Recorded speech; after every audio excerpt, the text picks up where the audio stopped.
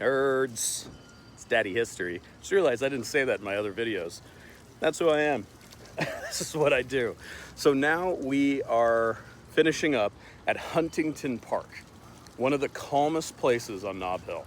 Families, dogs, there's a playground over there for kids, fountains trickling. But in 1950, this place was unknowingly part of a massive biological drift study. Children playing here inhaled the same bacteria that hospitalized adults across the city did. Old folks sitting on these benches were exposed. Workers walking to the cable car line, exposed. If you were outside in San Francisco during those 7 days in 1950, you were a participant in an experiment that you never volunteered for. The crazy part, nobody found out for another 25 years.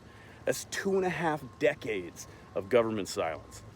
After the truth came out in the 1970s, Congress launched hearings into biological and chemical testing on American citizens. What they found was horrifying.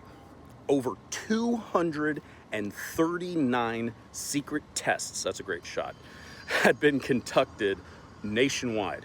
Some used bacteria, some used chemicals, some used radioactive material.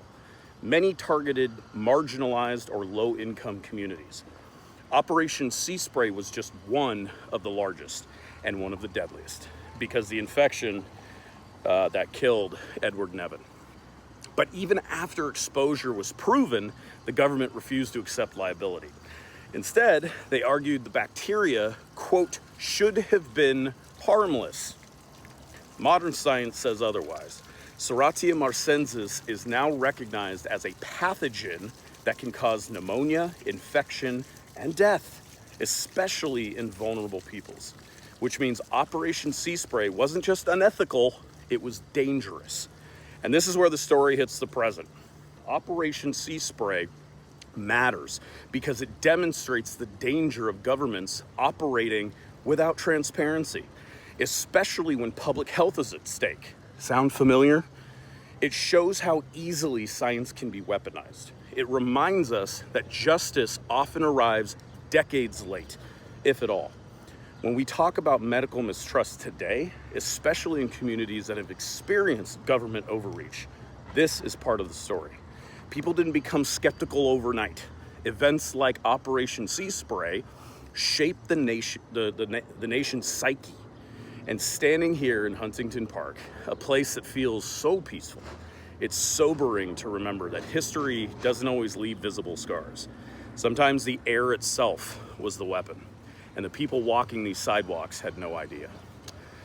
So, 11 confirmed infections, 1 confirmed death, Edward Nevin, and 800,000 people exposed with 0 public consent.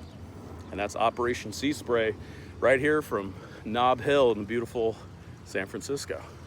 So thank you for coming along today. I certainly love doing this. D, I hope this was everything you'd hoped it would be. If you get a chance, come to Nob Hill. It's absolutely gorgeous. And until then, I will see you on Tuesday when I hit my live and we talk about Rome. Okay, love you. Bye.